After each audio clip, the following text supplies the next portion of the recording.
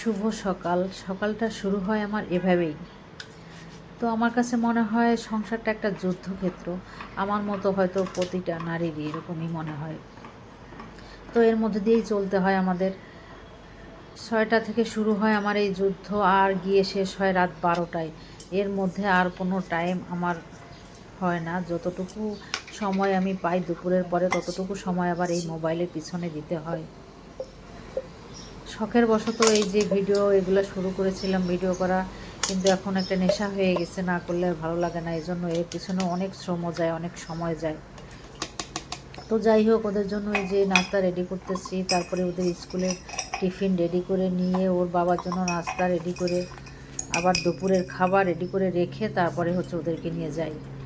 ওদেরকে দিয়ে এসে তারপরে হাঁটতে হাঁটতে বাসায় চলে আসি। ওইটুকু সময় আমি হাঁটার সময় পাই, এছাড়া আলাদা কোনো সময় আমার হয় না। তো হেঁটে বাসায় এসে তারপরে চা নাস্তা করি, করে আবার রান্নাঘরের এই যে কাটাকাটি করি, সবজি টবজি যা তরকারি গুছাই রেখে আবার ওদের ছুটির টাইম হয়ে যায়। এর মধ্যে বুয়া চলে আসে, ওর কাজও করে।